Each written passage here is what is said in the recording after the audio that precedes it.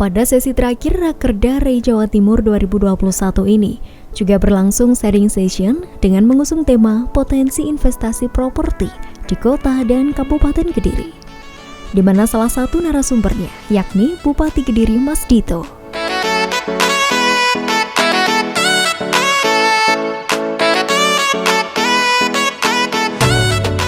Perkembangan industri properti skala nasional. Ini kita ambil datanya dari Kementerian PUPR. Realisasi program sejuta rumah baru mencapai angka 763.127 unit.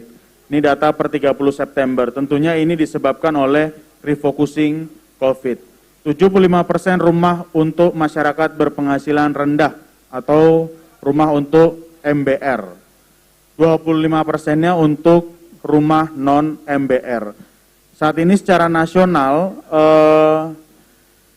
di tahun 2021 ini targetnya 1 juta, tapi sekarang sudah di penghujung tahun masih 763.000, jadi artinya masih ada kekurangan sekitar 240.000 sekian. Ini memang perlu kerja keras dari pemerintah pusat, provinsi, dan daerah. Next, dukungan dari pemerintah pusat yang mana ini menjadi pondasi atau payung hukum yang saya rasa perlu dipahami oleh teman-teman penggiat industri properti, dan saya yakin pasti panjenengan semua sudah jauh lebih menguasai dibandingkan saya sekalipun. Yang pertama, dari segi regulasi, pemerintah pusat telah mensupport kemudahan dalam investasi pasca pandemi, yakni melalui Undang-Undang Nomor 11 Tahun 2020, yaitu Undang-Undang Cipta Kerja.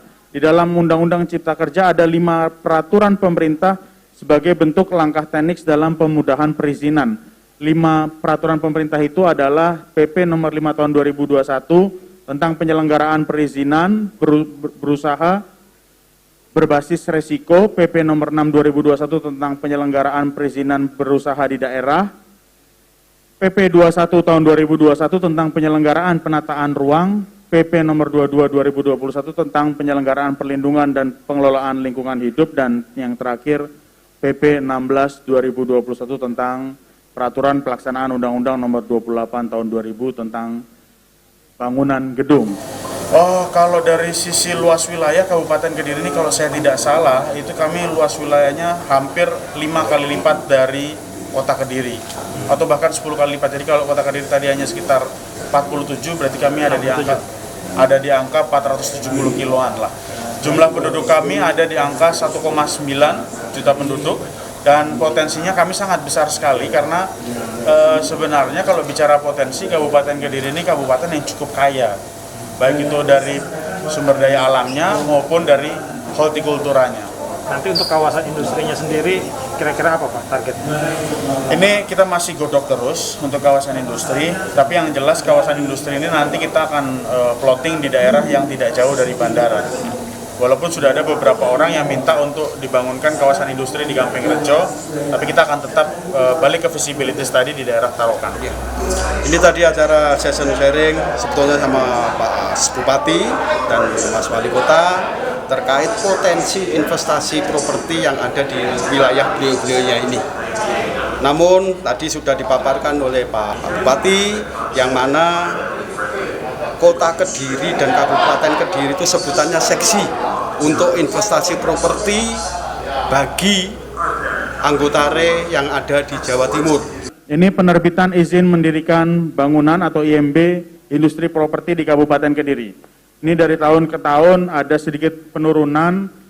Total dalam 4 atau 5 tahun terakhir ada 7.514 SK IMB yang kita keluarkan. Ini saya harapkan di tahun 2022, tahun yang akan datang, geliat atau semangat industri properti bisa kembali tumbuh di Kabupaten Kediri. Karena saya sudah wanti-wanti berkali-kali kepala dinas perizinan kami, bahwa saya tidak mau ada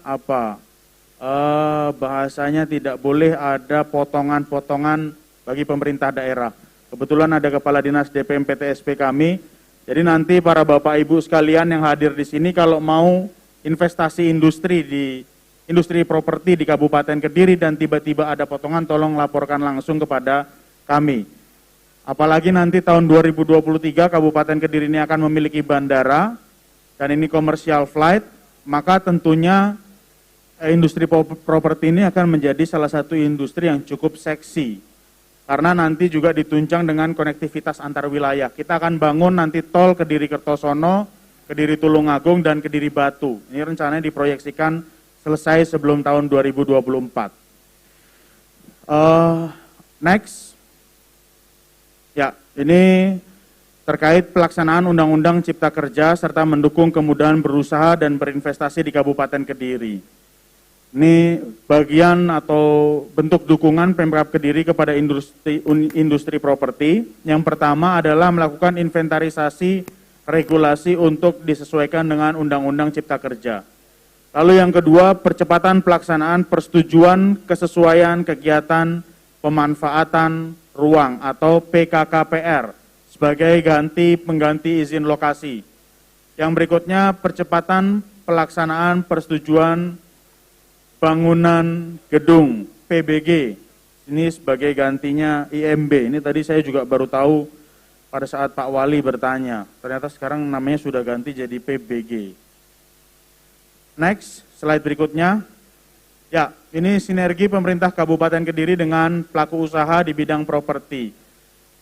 Dengan keseriusan kami dalam memberikan dukungan kepada industri properti, kami pun juga mengajak untuk pelaku usaha properti untuk sinergi, meningkatkan kualitas produk, dan menguatkan ekonomi lokal.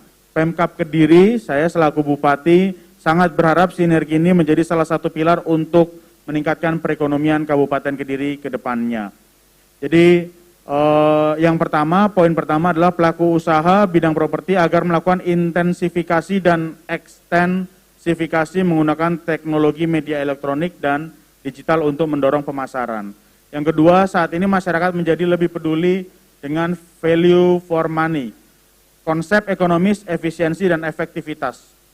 Oleh sebab itu penting bagi pengembang perumahan untuk menjaga kepercayaan masyarakat dengan terus menjaga kualitas dari rumah dan fasilitas perumahan yang dibangun serta layanan dan kepastian hukum. Pembangunan perumahan khususnya bagi MBR, masyarakat berpenghasilan rendah, diharapkan dapat menggunakan skema padat karya agar memberikan pekerjaan dan manfaat langsung kepada masyarakat setempat, terutama ini di daerah barat sungai bagian Kabupaten Kediri, karena bagian barat sungai itu akan ada bandara dan belum ada sama sekali perumahan yang bagus ataupun layak. Kalaupun ada masih sangat minim sekali. Sedangkan begitu ada bandara, bagian barat sungai ini akan menjadi embrio atau menjadi kota baru pastinya. Lalu yang terakhir, pelaksanaan proyek pembangunan agar menggunakan bahan dan material-material dari bahan bangunan dari lokal setempat. Setelah sharing session, turut diberikan cindera mata kepada Bupati Kediri yang diserahkan langsung oleh Sekretaris DPD RI Jawa Timur.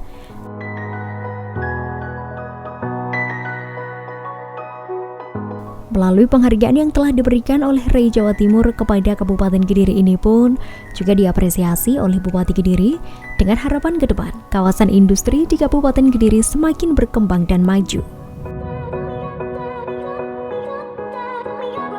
Kemungkinan besar di daerah Taroan yang berbatasan dengan bandara itu nanti akan ada kawasan industri di situ.